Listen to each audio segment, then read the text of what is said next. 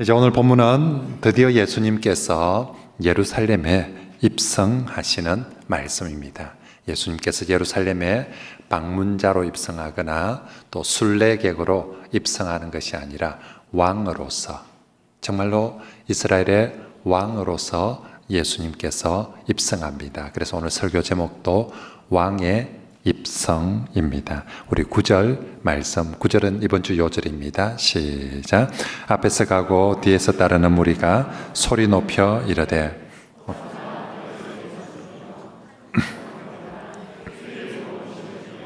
가장 높은 곳에서 호산나 하더라. 아멘. 여기서 사람들이 다윗의 자손이라 부르며 호산나를 외치고 있습니다. 그리고 겉옷을 깔고 종려나무 가지를 흔들고 주님을 환영합니다. 이것은 왕을 맞아들이는 사람들의 전형적인 모습입니다. 예루살렘 도시 다윗이 정복하고 건설했죠. 그때부터 예루살렘은 왕의 도성입니다. 우리 한양, 서울처럼 예루살렘은 왕의 도성입니다. 그런데 바벨론으로부터 침략을 받았습니다. 나라가 망했습니다.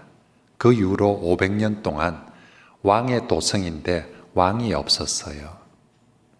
예수님 당시에 예루살렘을 다스리고 있는 로마의 황제도 있고 헤롯 왕도 있었지만 유대인들 중에 그 어느 누구도 로마의 황제나 헤롯 왕을 우리의 왕이라고 생각하는 사람은 아무도 없었습니다. 그래서 모든 유대인들은 이 왕의 도성 예루살렘의 진정한 왕 메시아가 오기만을 간절히 소망하고 있었습니다. 그런데 이제 유대 왕국이 멸망하고 500년을 기다렸습니다. 500년 세월이 지난 지금 저들이 그토록 기다리고 소망하던 다윗의 자손 왕 예수님께서 예루살렘으로 입성하고 있습니다. 그래서 남녀노소 누구나 할 것 없이 종려나무 가지를 흔들면서 환호하면서 예수 그리스도 그분을 지금 맞이하고 있습니다. 자, 그런데 이렇게 예수님께서 왕으로 예루살렘에 입성을 하는데 오늘 본문은 이 왕의 입성은 세상의 다른 왕들의 그 도성에 입성하고는 전혀 다른 모습을 보여주고 있다는 거죠. 예수님, 우리가 마태복음 19장, 20장 계속 오면서 세상과 다른 하나님 나라의 가치를 계속 설교해 주셨습니다. 달라야 된다고. 세상은 이렇지만 너희는 달라야 된다. 하나님 나라는 그렇지 않다. 달라야 된다. 그런데 이제 21장에서 예수님 자신이 왕으로 오는데 세상의 왕들과 다른 왕임을 예수님 스스로가 보여주고 있습니다. 오늘 본문에 여러 가지 세상의 왕들과 차이점들이 있지만 그 중에서도 가장 눈에 띄는 차이점 중에 하나는 이 왕은 군대와 함께 들어오는 것이 아니라 순례객들과 함께 입성을 하고 말을 타고 들어오는 것이 아니라 나귀를 타고 입성을 하고 있습니다. 7절에 나귀와 나귀 새끼를 끌고 와서 자기들의 겉옷을 그 위에 얹음에 예수께서 그 바로 나귀 위에 타시니라고 말씀합니다. 여러분, 당시에 어떤 왕도 여러 나라가 있지요. 나라들마다 왕이 있습니다. 큰 나라 왕도 있고 작은 나라 왕도 있고. 그런데 세상의 어떤 왕도 왕의 도성에 입성하면서 나귀 타고 입성하는 왕은 아무도 없었습니다. 아무리 인구가 적은 조그만한 나라라 할지라도 왕들은 언제나 말을 타고 다녔습니다. 특히 왕의 도성에 입성을 할 때는 더욱더 말을 타고 그리고 뒤에 군대를 동원을 하고 때로는 전차부대를, 그래서 이 왕이 얼마나 위용 있는지를 보여주었습니다. 그런데 예수님은 말이 아니라 나귀를 타고 그 나귀도 아주 건장하고 멋진 나귀가 아니라 정말 아직 사람을 한 번도 태워보지 못한 어린 나귀를 타고 예수님께서 입성을 하고 있습니다. 오늘 이 본문에서 예수님께서 지금 나귀를 타고 예루살렘에 입성하신다는 것이 얼마나 이게 특이한 장면인가 하며 다른 왕들은 말을 타는데 예수님은 나귀를 탔다. 이 정도 특이함이 아니라 오늘 본문은 정말 이제 여러분들이 그냥 읽을 때는 잘 모르지만 당시의 마태복음의 독자들로 봐서는 또 당시의 제자들로 봐서는 아주 쇼킹한 특이한 정도가 아니라 아주 쇼킹한 장면이 나귀를 타신 장면입니다.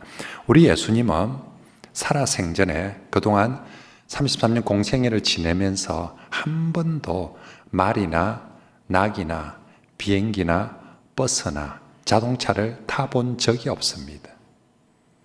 예수께서 바다를 건너실 때 배를 타신 것 빼놓고 어딜 다니시더라도 예수님께서 차 타고 갔다든지 자전거 타고 갔다든지 킥보드 타고 갔다든지 아니면 오토바이 타고 갔다든지 그런 내용이 전혀 없습니다.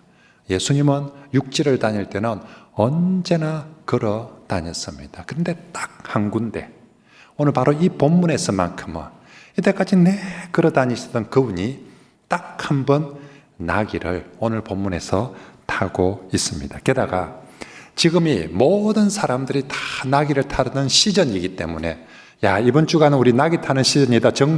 전국민 나귀 타기 운동 이렇게 해가지고 모두가 나귀를 타는 시즌이기 때문에 나귀를 타는 게 아니에요. 지금 오늘 마태복음 21장은 유월절을 앞두고 있는 이제 이것이 오늘 우리로 치면 주일이거든요.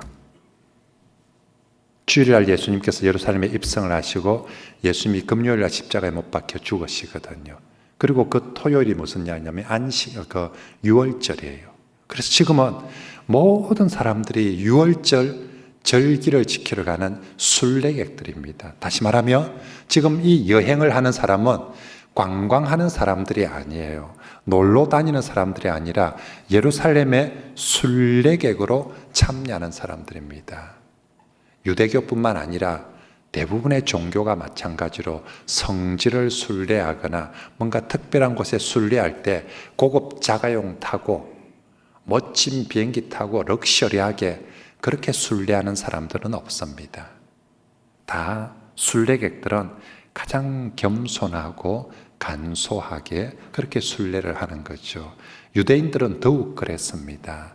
유대인들이 예루살렘 순례를 할 때는 모두 다 걸어서 순례의 길을 갔습니다. 이건 저들에게 아주 기본적인 예의이고 상식이었습니다. 혹시 사람들 중에 장애를 가진 사람이 있거나 사람들 중에 또 몸이 불편하거나 노약자들이 있을 수 있습니다. 그러면 말을 타기도 하고 나귀를 타기도 했습니다. 그런데 아무리 노약자들이 몸이 불편한 사람이 나귀를 타든 말을 타고 가더라도 적어도 예루살렘 도성의 입구에 들어서면서부터는 모두 다 내립니다.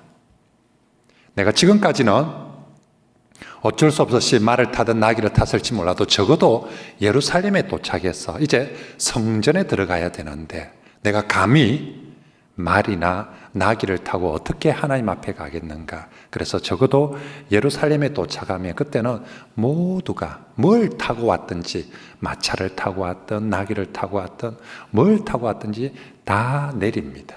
그런데 우리 예수님 모든 사람들이 다 내리는 바로 그곳에 혼자 나귀를 타신 것이죠. 정말 영문을 모르는 사람들 입장에서 볼 때 저거 뭔데? 애들 표현을 하면 그죠? 아빠, 엄마, 저 사람 뭐야? 왜 딴 사람들은 다 내리는데 저 사람만 지금 나귀를 타고 있어? 하고 그렇게 물어볼 상황입니다. 자, 그러면 예수님 왜 여기서 나귀를 탈까요? 별로 나귀 좋아하는 분도 아니거든요. 평소에 나는 나귀 애호가다, 나는 말 애호가다, 그래서 나는 평소 갈 때 늘 나귀 탄다, 이거 아니거든요. 생전 안 탔던 분인데, 잘 걸어 다녔던 분인데 왜 모두 다 내리는 이곳에서 예수님은 유독 나귀를 타십니까? 예수님께서 갑자기 관종이 되었을까요? 관종, 애들 표현입니다. 알아듣는 분들, 사람들한테 막 눈길을 받고 싶어하는 사람을 관종이라고 그렇게 하죠. 예수님이 갑자기 지금 막 사람들의 이목과 집중을 받고 싶어서 그래서 모두 다 나귀 내리는데 나귀에 딱 올라타고 있습니까? 만약에 예수님께서 그런 쇼맨십이 있었다면, 정말 사람들에게 그런 이목을 받고 싶었다면 여기서 낙이 타는 것보다 여기서 기적 하나 베푸는 게 훨씬 낫죠. 여기서 뭐 홍해물을 갈라버린다든지 뭐 죽은 사람 살린다든지 뭐 그런 기적을 하나 베풀면 훨씬 더 쇼가 더 멋지게 드러날 것입니다. 그런데 예수님께서는 그런 쇼를 하고자 하는 것이 아닙니다. 그러면 왜 아무도 낙이 타지 않는 바로 그곳에 주님께서 나귀를 타십니까? 그것은 우리 주 예수님께서 이 나귀 타심을 통해서 아주 중요한 메시지를 선포하기 위함입니다. 여러분, 저도 한 번씩 뭔가 우리 성도들에게, 우리 자녀들에게 내가 중요한 메시지를 전해야 되겠는데,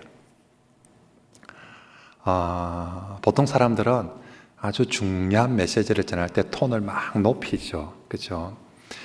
근데 저는 이렇게 오히려 제가 참 중요하게 생각하는 메시지 전할 때는 훨씬 더 톤을 낮춥니다.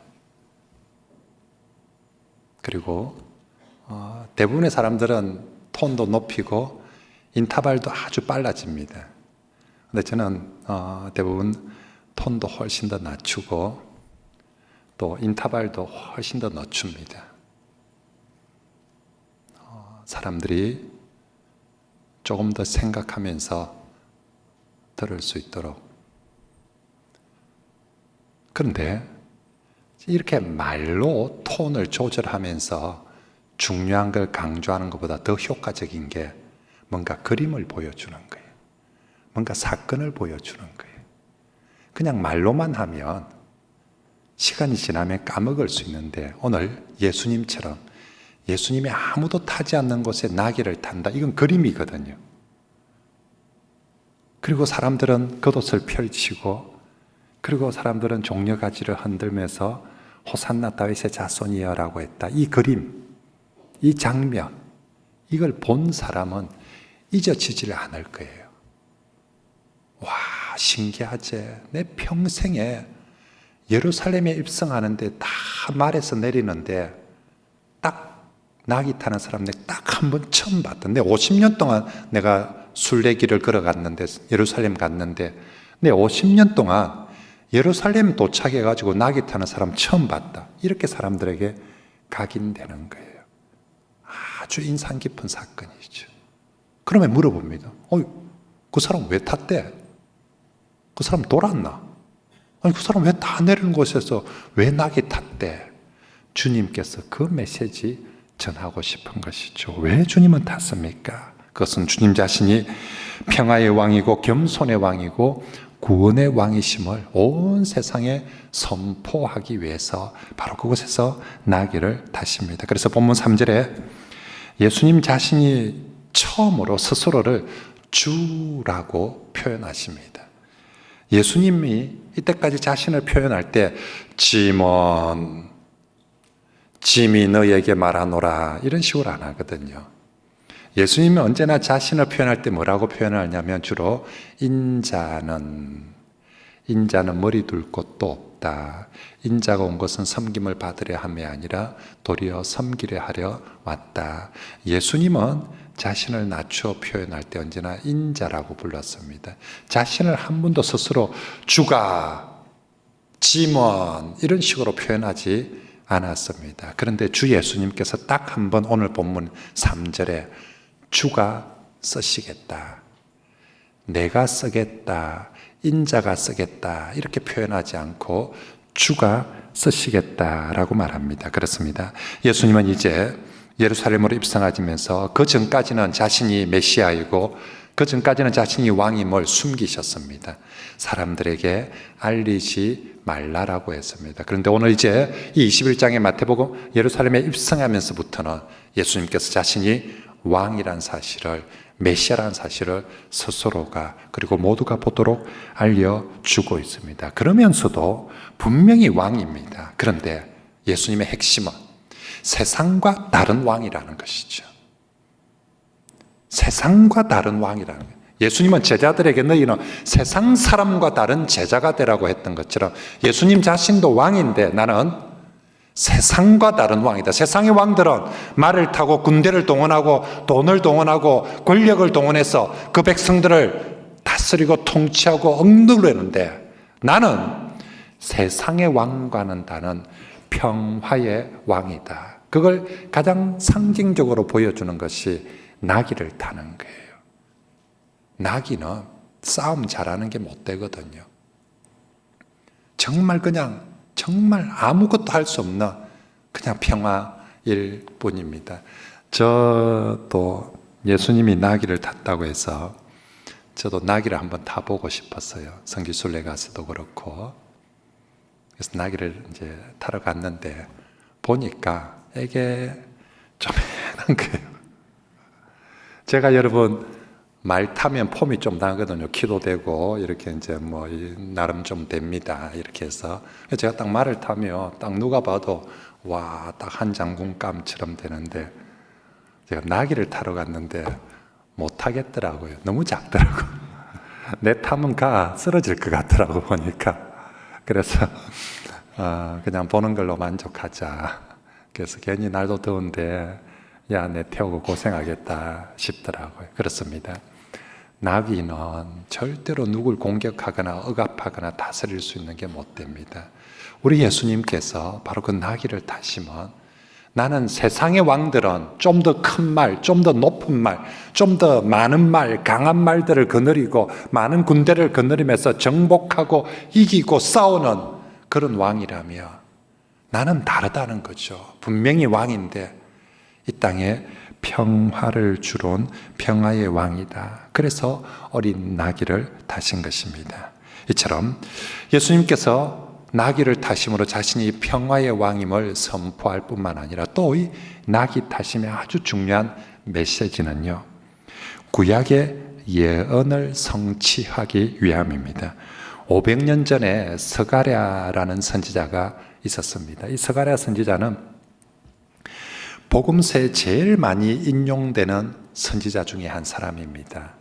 다시 말하면 예수님에 대해서, 메시아에 대해서 제일 많이 예언한 선지자 중에 한 사람이 스가랴입니다. 근데 우리 성도들이 사실 스가랴서를 잘 안 읽고 읽어도 그렇게 잘 모르는 경우가 많은데, 그래서 제가 이번 여름에는 말씀 부흥회를 스가랴를 가지고 말씀 부흥회를 하려고 합니다. 스가랴 속에 담긴 복음이 얼마나 풍성한지 같이 살펴볼 것입니다. 아무튼 500년 예수님으로부터 500년 전에 스가랴 선지자는 예언했습니다. 메시아가 올 것이다. 왕으로 오는데 그 왕은 겸손하여서 나귀를 타고 올 것이다 라고 예언했습니다. 4절 5절 같이 읽습니다. 시작. 이는 선지자를 통하여 하신 말씀을 이루려 하심이라. 일러서되 그는 겸손하여 낙이 곧 멍에 매는 짐승의 새끼를 탔도다 하라 하였느니라. 아멘. 이 구절은 스가랴 9장 9절 말씀을 인용한 말씀입니다. 마태복음에는 구약 성경을 참 존중합니다. 그래서 예수님의 모든 행적이 이 구약 성경 말씀이 이루어진 것이다라고 소개를 합니다. 그래서 마태복음에는 10개의 구약 성취 인용구가 나옵니다. 예수님이 뭘 하셨는데 이게 바로 그 구약의 그 말씀을 응하게 하려 합니다.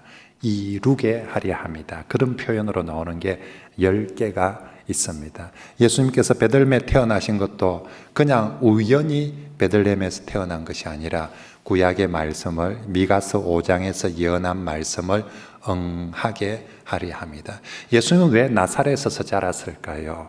구약의 예언을 응하게 하려 합니다. 예수님은 왜 이런 기적을 행하실까요? 구약의 예언을 이루게 하려 합니다. 그런데 오늘 예루살렘에 들어오는데 왜 나귀를 탔는가? 그것 또한 구약의 말씀을, 스가랴에서 나온 그 말씀을 이루게 하려 합니다. 그래서 오늘 말씀이 마태복음에 나오는 9번째 구약 성취 인용구 말씀입니다. 그래서 주 예수님의 예루살렘의 입성도 철저하게 무엇대로 되었다? 구약의 예언대로 성취되었다는 것입니다. 예수님은 지금 계속 보여주고 말하고 싶습니다. 나는 분명히 왕이다. 그런데 세상의 왕들과 다르다. 세상의 왕들은 정복군주가 되려고 하고 더 많은 대륙을 차지하고 더 많은 권력을 차지하려 하지만 나는 평화의 왕이다. 그래서 나귀를 탄다라고. 두 번째는 나는 분명히 왕인데 세상의 왕들은 다르다. 세상의 왕들은 자기 뜻을 펼치려고 한다. 왕이 되면 어떻게 합니까? 독재를 하는 거죠. 자기 마음대로, 자기 하고 싶은 대로 자기 뜻을 펼치는데 이 예수 왕은 자기 마음대로 자기 뜻을 펼치는 것이 아니라 철저하게 하나님의 말씀이 순종하여서 하나님 말씀이 이루어지도록 하는 왕이다라는 것을 나귀 타심으로 보여주는 거죠. 예수님도 나귀 타지 않고 말 탔으면 뽀대 났을 거예요. 멋졌을 거예요. 말 타고 뒤에 망토 하나 딱 두르고 머리카락, 우리 예수님 뭐 실제로 길었는지 모르지만 예수님 사진은 대부분 좀 깁니다. 그러면서 딱 말 타고 따닥따닥 날리면 머리 싹 날리며 꽤 멋졌을 거예요. 예수님은 자기가 왕으로 입성하면서 얼마나 자신이 돋보이고 얼마나 자신이 멋지게 보이는가를 나타내려고 하는 것이 아니라 그가 왕이지만 왕 스스로가 하나님 말씀에 어떻게 순종하고 하나님 말씀을 어떻게 이루어가는지를 보여주는 거기에 제일 앞장서서 실천하는 왕이 바로 우리 주 예수 그리스도이신 줄 믿습니다. 그래서 그분은 안 타던 나귀를 타신 거예요. 그분도 그냥 오늘 걸어 들어가도 되는데 오직 하나님 말씀을 이루기 위해서 안 타던 말을 타고 들어가셨습니다. 그렇습니다. 2000년 전에 왕으로 입성하신 우리 주 예수님, 분명 세상의 왕들과는 다른 왕. 세상의 그 왕들이 군대와 돈과 권력으로 자기 백성들을 통치하며 자랑하려고 하지만 예수님은 군대가 없습니다. 돈이 없습니다. 권력이 없습니다. 그런데 어떻게 그 백성들에게 평화를 줍니까? 예수님은 십자가를 짐으로써 그 백성들에게 평화를 주는 왕입니다.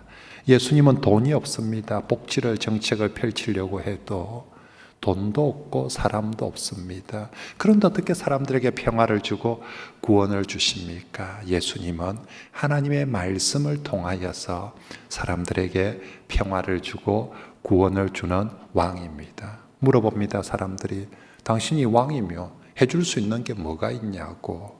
군대도 없고 돈도 없고 힘도 없는데 도대체 뭘로 평화를 주고 구원을 줄 거냐고. 주님 답하십니다. 나는 돈도 없고 군대도 없지만 내 목숨 내어준다고. 내가 십자가를 지어서 사람들에게 평화를 준다고. 나는 아무것도 없지만 내가 하나님 말씀에 순종함으로 하나님 말씀을 이루어감으로 사람들에게 평화를 주는 왕이다 라고 그렇게 말씀하고 있는 것입니다.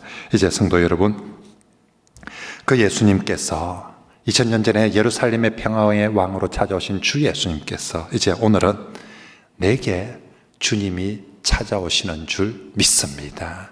2000년 전에 그들이 예수님을 영접하였던 것처럼 이제 내 마음속에 찾아오시는 예수 그리스도를, 평화의 왕 예수 그리스도를 영접하시길 바랍니다. 2000년 전에 주님이 예루살렘에 입성하셨다며 오늘은 주님이 이 땅에 오시며 어디에 입성하고 싶어 하겠습니까? 다시 예루살렘에 가고 싶어 하겠습니까? 아니면 서울에 입성하고 싶어 하겠습니까? 아니면 평양에 입성하고 싶어 하겠습니까? 그렇지 않습니다. 예수님, 이제는 다시 예루살렘을 찾거나 평양을 찾거나 서울을 찾는 것이 아니라 예수님은 자기 백성들을 찾아서 자기 백성들의 마음 속에 입성하기를 원하시는 줄 믿습니다. 그러므로 이제는 그 평화의 왕 예수 그리스도를 우리 마음 속에 영접하는 것이지요. 안타깝게도 예나 지금이나 사람들은 왕 대신 예수님께 자기 마음을 내어놓지는 않습니다. 서울도 내어줄 수 있고 부산도 내어줄 수 있고 평양도 내어줄 수도 있고 예배당도 내어줄 수 있고 처갓집도 내어줄 수 있고 예수님 딴 데 가서는 마음껏 왕 노릇하시고 가도 됩니다. 근데 제 마음은 못 내어줍니다. 나는 아직도 내가 하고 싶은 게 많아요. 나는 아직도 내 마음에 내가 왕이 되고 싶습니다. 내 인생은 나의 것하고 좀 살고 싶습니다. 내한테는 오지 마세요. 싫어서가 아니라 좋은 줄 아는데 나는 예수님 좋은 것보다 내가 왕 노릇하는 게 더 좋아요. 나는 가전제품도 내 마음대로 사고 싶고 돈도 내 마음대로 쓰고 싶고 시간도 내 마음대로 쓰고 싶고 일요일도 내 마음대로 놀고 싶고 내가 내 인생이 내 왕인데 내가 좀 하고 싶다는데 와요. 그러니 딴 데 김집사한테 가서 왕 노릇하시고 내한테는 오지 마이소. 나중에 내 날 들어서 70 넘어서 할 짓 없으면 그때 오이소. 많은 사람들이 실제로 예수 그리스도 그 왕이 내게 찾아오심을 그렇게 영접하지 않으려고 합니다. 하지만 오늘 말씀을 듣는 우리 성도들은 그러지 마시고 꼭 평화의 왕 예수님을 우리 마음에 꼭 영접하시길 바랍니다. 우리가 할 수 있는 가장 귀한 일 중에 하나, 그분 오심을 내가 영접하는 것입니다. 아무리 세상이 어렵고 상황이 안 좋다 할지라도 평화의 왕 예수님을 영접하는 사람은 그 왕 예수님이 주시는 평화와 구원을 누릴 수 있는 줄 믿습니다. 코로나에도 평화를 줄 수 있는 것은 예수 평화의 왕이신 줄 믿습니다. 우리 집안이 엉망진창이 되어버렸습니까? 내 사업이 엉망진창이 되어버렸습니까? 내 관계가 엉망이 되어버렸습니까? 정말 하루라도 바람 잘 날이 없습니까? 평화의 왕 예수님을 영접하십시오.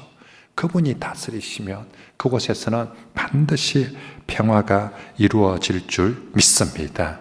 그러므로 사랑하는 성도 여러분, 꼭 기억하십시오. 오늘 이 땅에 우리에게 다시 찾아오시는 예수님, 볼지어다 내가 문 밖에 서서 두드리노니 똑똑똑. 예루살렘 문을 두드리는 게 아니에요. 평양의 문을 두드리는 게 아니에요. 청와대 가서 문 좀 열어달라고, 내가 청와대에서 왕 노릇하고 싶다고 주께서 똑똑똑 하시는 것 아닙니다. 오늘 우리 시대 우리 주님은 바로 우리 마음 문에서 볼지어다 내가 문 밖에서 너를 두드리노니, 그러므로 우리의 마음의 문을 열고 예수 그리스도 그분을 손님으로 하룻밤만 지내다 가세요. 이번 일주일만 지내다 가세요. 방 깨끗하게 써야 됩니다. 설거지는 본인이 알아서 해야 됩니다. 이런 식으로 영접하는 것이 아니라 주 예수님, 내 마음에 내 삶의 왕으로 임하여 주시옵소서. 꼭 그렇게 영접하시길 바랍니다. 자, 그러면 이제 오늘 본문을 통해서 어떻게 왕을, 정말 왕 대신 예수님을 맞이하고 영접하는 것이 가장 잘 맞이하고 영접하는 것일까?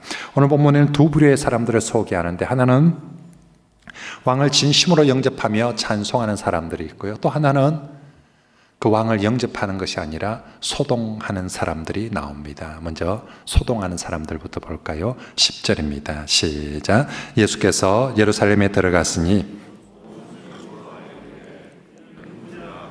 아멘. 여러분, 추억을 조금만 더 거슬러 올라가 볼까요? 33년 전에 무슨 일이 있었냐면, 33년 전에 예수님께서 이 땅에 아기 예수로 오셨습니다.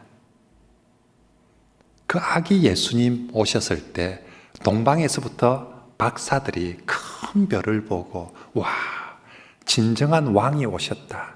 그 왕의 오심을 찾아서 예루살렘까지 왔습니다. 그런데 그 33년 전에 어린 아기 왕 예수가 오셨을 때 예루살렘 사람들이 어떻게 한 줄 압니까?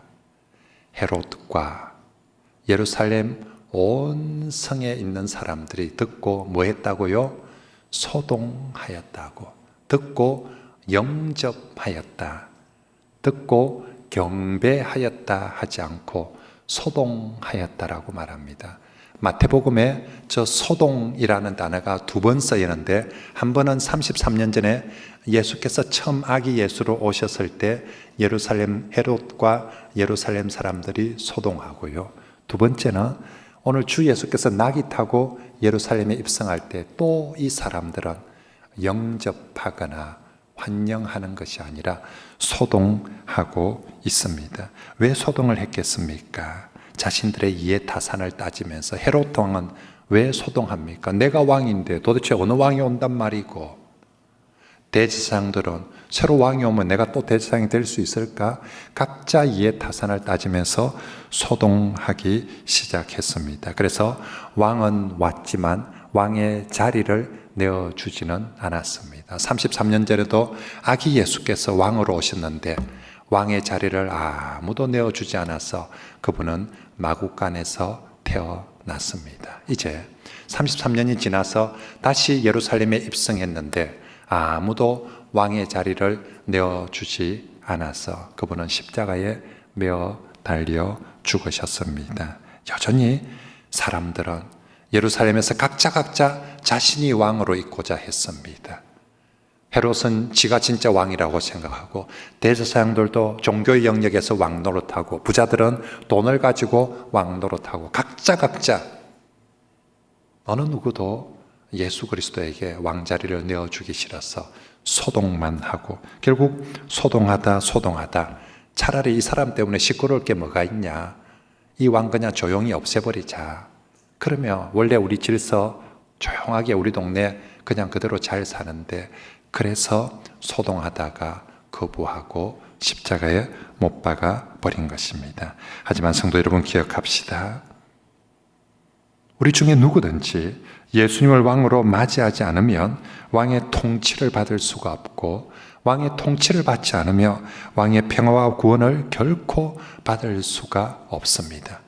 그 왕을 마구간에 내버려 두어서는, 그 왕을 십자가에 달아서는 결코 왕이 주시는 평화와 구원을 얻을 수 없습니다. 그러므로 정말로 내가 왕을 내 마음에 진심으로 영접하고 왕의 다스림을 받을 때에 왕의 평화와 구원이 내게 이루어질 줄 믿습니다. 그 왕의 평화와 구원이 이루어질 때 그곳이 바로 천국이 되고 하나님 나라가 이루어지게 되는 줄 믿습니다. 그러므로 성도 여러분, 예수 그리스도 그분 앞에 소동하는 사람들이 되지 말고요, 거부하는 사람들이 되지 말고 왕 되신 예수님을 진심으로 영접하는 성도들이 되시길 바랍니다. 오늘 본문에는 왕을 왕답게 영접하는 참 귀한 사람들이 소개되어집니다. 어떤 사람은 왕께 합당한 찬송을 부르고 왕을 영접합니다. 어떤 사람은 왕께 합당한 예물을 드리며 왕을 영접합니다. 마치 33년 전 바로 그 모습과 똑같이 데자뷰가 되고 있습니다. 33년 전에도 어떤 일이 일어난 줄 압니까? 아기 예수께서 오셨습니다. 많은 사람들은 그 아기 왕 예수를 영접하지도 않고 소동하고 있을 때, 어떤 목자들은 어떤 천사들과 함께 왕으로 오신 그 예수께 나아가 정말로 높이 찬송하며 경배하고 영접했습니다. 33년 전에 예루살렘의 수많은 사람들은 소동하고 있을 때, 저 멀리 동방에서 온 박사들은 그들이 드릴 수 있는 가장 귀한 예물을 가지고 그 어린 왕 예수께 그 예물을 드리며 경배를 올리고 영접을 하였습니다. 오늘 본문에도 33년이 지난 오늘 본문에도 똑같습니다. 어떤 사람들은 소동하고 거부하는데, 어떤 사람들은 자신이 부를 수 있는 최고의 찬송을 부르며 그 왕을 영접합니다. 어떤 사람들은 자신이 드릴 수 있는 최고의 예물을 드리며 그 왕을 영접하고 있습니다. 먼저 9절 말씀에 보면, 저들은 호산나 다윗의 자손이여 찬송하리로다, 주의 이름으로 오시는 이여 가장 높은 곳에서 호산나 하면서 찬송을 합니다. 바로 앞에 본문에 어떤 일이 있었죠? 맹인들이 예수 그리스도를 향해서 다윗의 자손이여 우리를 불쌍히 여기소서. 아무도 예수님을 메시아로 다윗의 자손으로 부르지 않는 그곳에서 그 맹인들은 예수를 다윗의 자손으로, 예수께 가장 합당한 이름으로 찬송하며 불렀습니다. 그런데 이제 맹인들이 불렀던 그 다윗의 자손들을 이 순례객들이 주 예수님을 향해서 다윗의 자손이여 우리를 구원하소서, 호산나가 우리를 구원하소서라는 뜻입니다. 저 맹인들은 다윗의 자손이여 우리를 불쌍히 여기소서라고 노래했는데, 이 순례객들은 다윗의 자손이여 우리를 호산나 하소서라고 그렇게 노래하고 있습니다. 게다가 9절 말씀에 보면 그 노래를 시시하게 작게 소곤소곤 힘없이 부른 것이 아니라 가장 소리 높여 찬송을 부르는데 분명히 거기 적혀 있습니다. 어떻게 불렀다고요? 소리 높여 불렀다라고 말씀합니다. 그분이 왕이기 때문에 왕께 가장 합당한 내용이 뭡니까? 다윗의 자손이여 우리를 호산나 하소서. 이게 그분께 가장 합당한 내용입니다. 또한 그분이 왕이기에 내용에 있어서뿐만 아니라 형식과 소리에 있어서도, 형식에 있어서도 주단을 깔고 내 마음에 주단을 까는 것이 아니라 그리스도 그분 앞에 우리의 겉옷을 주단으로 깔고 그분 앞에 종려 가지를 흔드는 형식을 취하면서 가장 소리 높여, 우리가 BTS 공연에서 소리를 높이는 것보다, 그죠? 다른 어떤 노래방에서 소리를 높이는 것보다 왕 대신 예수 그리스도를 찬송함에 있어서 가장 소리 높여 그렇게 그분을 찬송하고 경배하고 영접합니다. 그러므로 사랑하는 성도 여러분, 우리가 매주일마다 우리의 왕 예수 그리스도 앞에 예배를 드립니다. 오늘 말씀을 기억하면서 우리가 우리의 왕 예수 우리 왕이여 그분 앞에 찬송 부를 때 어떻게 불러야 될까? 예수 우리 왕이여 그분 앞에 우리가 예물을 드릴 때 어떻게 예물을 드리며 예배를 드려야 되고 영접해야 될지 생각해 봅시다. 주 예수님을 찬송하는데 입도 제대로 벌리도 안 하고 소리도 안 내고 아무런 가사의 생각도 없이 천만다행히 요새는 마스크를 끼가지고 입을 벌리는지 안 벌리는지, 노래를 부르는지 안 부르는지. 저는 제가 요즘 계속 목이 많이 아파요. 그래서 말을 지금보다 데시벨을 톤을 더 높이면 목이 너무 아파서 지금 제가 올릴 수 있는 최대한을 올린 건데 목이 아파서 찬송을 부르는 게 너무 힘들어요. 새벽에는 정말 거의 찬송하기가 힘들고, 근데 저는 찬송을 하고 싶어요. 그냥 하는 것이 아니라 우리 아이들이나 우리 부교육자들 그런 사람들이 그래요. 예배 시간에 목사님이 찬송 제일 크게 부른다고, 목소리도 안 좋으면서 뭐 그리 세게 부르냐고, 좀 살살 부르지. 저는 제가 노래를 못하는 줄은 알지만 주님을 찬송하는 데는 살살 부르고 싶은 마음이 없어요.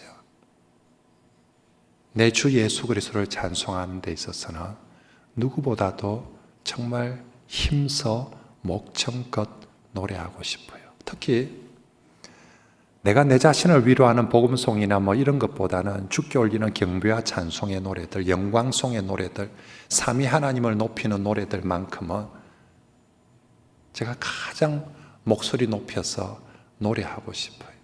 찬송하고 싶어요. 그래서 목이 아파서 그러지 못함이 너무 안타까운데, 사랑하는 우리 성도 여러분, 우리가 예배하는 예수 그리스도 참 우리의 왕이십니다. 정말 그분 앞에 우리 예배할 때 정말 소리 높여, 정말 내 온 몸과 마음을 다하여서 그렇게 찬송하고 경배하는 우리 성도들이 되시길 바랍니다. 왕 되신 주님은 주의 백성들의 왕께 합당한 그 노래를 연락해 주실 것입니다. 그리고 왕께 합당한 예물을 드리며 경배합시다. 오늘 본문에 어떤 사람은 주님이 타실 나귀를 드리고요, 어떤 사람은 자신의 겉옷을 펴드리고, 어떤 사람은 종려나무 가지를 흔들어서 주님께 경배합니다. 당시 사람들에게 나귀와 나귀 새끼는 오늘 소나 송아지보다 훨씬 더 귀합니다. 하지만 주께서 서시겠다는 그 말씀에 기꺼이 자신의 나귀를 내어놓습니다. 겉옷도 마찬가지입니다. 순례객들 지금 성전에 예배 드려야 됩니다. 내 겉옷이 어떻게 돼야 되겠습니까? 가장 깨끗하고 가장 좋은 모습으로 가서 예배 드려야 되지 않겠습니까? 그런데 왕이 오심 앞에 내 겉옷을 벗어서 자리에 깔니다. 왕이 내 겉옷을 밟고 지나가기를 바라는 마음으로 그렇게 자신의 겉옷을 내어놓고 있습니다. 참 가난한 사람들은 내 겉옷이 너무 누추해서 겉옷도 없어서 내어놓을 곳이 없으니까 종려나무 가지라도 꺾어서 내 이 종려나무라도 깔아드리고 이 종려나무라도 주님께 정말로 흔들어드리면서 예수 오심을 맞이하고 싶습니다. 모두가 한결같이 왕 대신 주님께 드릴 수 있는 최선의 예물을 드리며 경배하고 있습니다. 성도 여러분, 왕께 가장 합당한 믿음의 반응은 주가 쓰시겠다 할 때에 기꺼이 자신의 것을 내어드리는 것입니다. 말로만 주여 주여 하는 것이 아니라 주님이 내 나귀를 쓰시겠다 하며 내 나귀를 내어드리고요. 주님이 내 겉옷을 쓰시겠다며 내 겉옷을 내어드리고요. 주님이 내 시간을 쓰시겠다며 주님이 내 재능을 쓰시겠다며 주님이 내 통장을 쓰시겠다며 통장은 예외. 통장은 안 되겠죠. 그죠? 딴 건 다 내놔도. 여러분, 주님이 내 통장을 쓰시겠다며 그것 또한 내어놓는 것이 왕을 영접하는 사람의 모습입니다. 여러분, 우린 무엇이든지 주님의 것을 맡은 청직입니다. 처음부터 내 것이 아니라 왕의 것이었습니다. 주님의 것이었습니다. 그분이 내게 맡겨주셨습니다. 나는 그분의 것을 맡은 청직입니다. 나귀도 그분이 내게 맡겨주셔서 주가 쓰시겠다니까 주인이 와서 이제 청지기한테 나귀를 내어놓으라고 겉옷을 내어놓으라고 하는데 청지기가 무슨 배짱으로 못 내어놓는다는 말입니까? 주인이 와서 통장을 내어놓으라는데 청지기가 무슨 배짱으로 주인이 쓰시겠다라고 하는데 청지기가 안 내어놓으면 그걸 횡령이라고 하는 거죠. 지 돈도 아닌데 지 것도 아닌데 지가 지 마음대로 쓰겠다고 빼돌리는 걸 횡령이라고 합니다. 또 다른 말로 도둑질을 하는 것이죠. 주인이 오셔서 쓰시겠다며 주인께 내어드리는 것이 그걸 주인답게 영접하는 것입니다. 왕께서 우리의 것을 빼앗으려고 내어놓으라고 하는 것 아닙니다. 더 귀하게 사용하시고 더 좋은 것으로 채워주시고자 우리에게 나귀를 내어놓으라고 하시는 것입니다. 그냥 내 손에 붙들리 했으면 별 볼 일 없는 나귀 새끼 한 마리인데 주께서 쓰시겠대서 주 앞에 드려지며 그것이 왕을 태우는 나귀가 되는 줄 믿습니다. 내 손에 내 호주만에 있으며 별 볼 일 없는 돈인데 그것이 주께 드려지며 오병이어 기적이 일어나는 왕이 쓰시며 왕의 평화와 왕의 구원을 위해서 사용되어지는 놀라운 헌물이 되어질 줄 믿습니다. 그리고 주님은 자신을 위해서 그렇게 내어놓는 손길들을 절대로 외면하거나 무시하는 적이 없습니다. 훨씬 더 많은 나귀로 훨씬 더 좋은 것들로 얼마든지 보상해 주실 줄 믿습니다. 그런 의미에서 왕이 오셔서 주가 쓰시겠다며 내게는 귀해이고 영광입니다. 내 옷을 예수님께서 원이라 네 양복 좀 빌려줄 수 없겠니? 내가 오늘 이 교회 설교해야 되는데 옷이 없이 그냥 왔는데 원이라 네 옷을 좀 줄 수 없겠니? 여러분, 우리 주 예수님께서 내 옷을 쓰시며 내 옷을 입고 주의 단에 서서 말씀을 선포해 주신다며 내가 이 세상에 내 옷이 그것보다 더 영광스럽게 쓰이는 것이 어디 있겠습니까? 그러므로 주께서 내게 그런 일만 시킨다면 그건 내게 최고의 기회입니다. 왜 내한테 이런 걸 시키는지 모르겠다라고 하는 것이 아니라 정말로 주님이 내게 주시는 기회이고 영광입니다. 그 복된 기회를 거부하지 마시고 거둬 차지 마시길 바랍니다. 우리의 왕은 정말로 폭군이 아닙니다. 내게 뭔가를 쓰시고자 할 때 틀림없이 내가 생각하는 것보다 훨씬 더 큰 뜻이 있고 은혜가 있을 줄 믿습니다. 이 안에 우리가 그 믿음을 가지고 주가 쓰시겠다 할 때 헌신의 회복, 무엇이든지 주가 쓰시겠다는데 내 시간이든 내 물질이든 그렇게 헌신되기를 바랍니다. 이제 말씀을 정리하겠습니다. 2000년 전에 평화의 왕으로 오신 우리 주 예수 그리스도, 오늘도 우리에게 평화의 왕으로 오십니다. 예루살렘에 오시는 것이 아니라 오늘은 우리의 마음에, 내 마음에 오시기를 기뻐하십니다. 성도 여러분, 평화의 왕 예수님을 거부하지 마시고 영접합시다. 기쁨으로 영접합시다. 어떻게 하는 것이 잘 영접합니까? 그분의 오심을 찬송합시다. 할렐루야, 호산나, 주여, 정말 우리 주님을 높이 찬송하며 그분을 영접하시다. 그분의 오심 앞에 주인이 오셨는데 주인이 서시겠다는 그 나의 무엇이든지 주께 드림으로 그분을 영접합시다. 빈 방 없습니다 하고 쫓아보내는 것이 아니라 방이 필요하면 방도 주께 드리고, 나귀가 필요하면 나귀도 주께 드리고, 돈이 필요하면 돈도 주께 드려서 주님이 내 안에서 마음껏 주님답게 하실 수 있도록, 그죠? 주님이 내 안에서 내 삶 속에서 마음껏 왕 노릇하면서 하실 수 있도록 그렇게 우리의 자리, 주님의 자리를 내어드리며 주께서 반드시 우리 삶 속에 평화와 구원의 은혜를 베풀어 주실 줄 믿습니다.